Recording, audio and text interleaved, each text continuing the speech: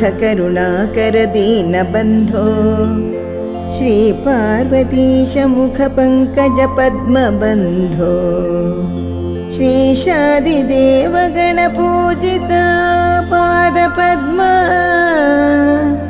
वल्लीशनाथ मम देहि करावलम्बम्। देवाधिदेव सुतदेव गणाधिनाथ देवेन्द्रवन्द्य मृदुपङ्कज मञ्जुपाद देवर्षि नारद मुनीन्द्र संगीत कीर्ते वल्लीशनाथ मम देहि करावलम्बम्।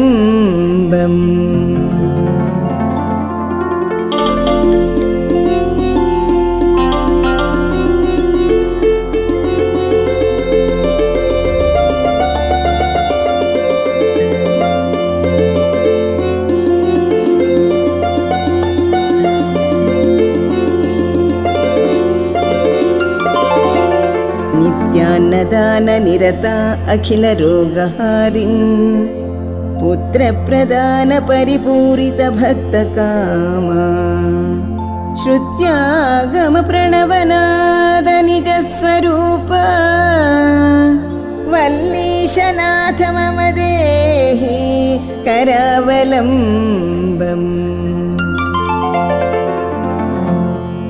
क्रौञ्चा सुरेन्द्र परिखण्डन शक्तिशूल पाशादिशस्त्र परिमण्डित दिव्यपाणि श्रीकुण्डलीश धृततुण्ड शिखीन्द्रवाह वल्लीशनाथ मम देहि करावलम्बम्।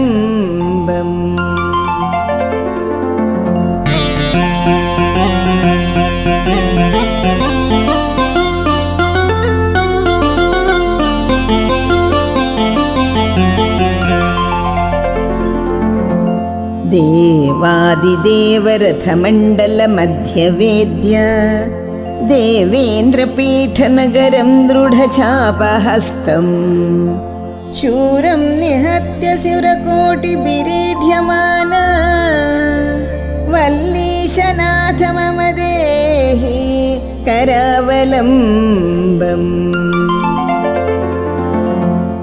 हीरादिरत्नवरयुक्त किरीटहार केयूरकुण्डलसत्कवचाभिराम हे वीरतार अजरामर मृन्दवन्द्या वल्लीशनाथ मम देहि करावलम्बम्।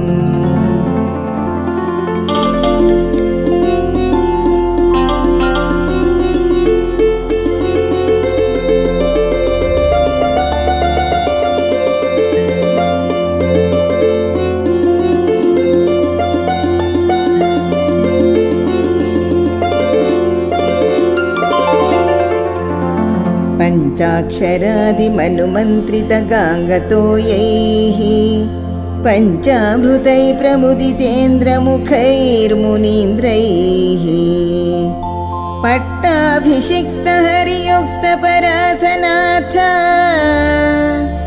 वल्लीशनाथ मम देहि करावलम्बम्। श्रीकार्तिकेय करुणामृतपूर्णदृष्ट्या कामादिरोगकलुषीकृतदुष्टचित्तम् स्विक्त्वा तु मामवकणाधिपकान्तिकान्त्या वल्लीशनाथ मम देहि करावलम्बम्। वल्लीशास्याष्टकं पुण्यं ये पठन्ति तु मानवाः ते सर्वे मुक्तिमायान्ति सुब्रह्मण्यप्रसादतः।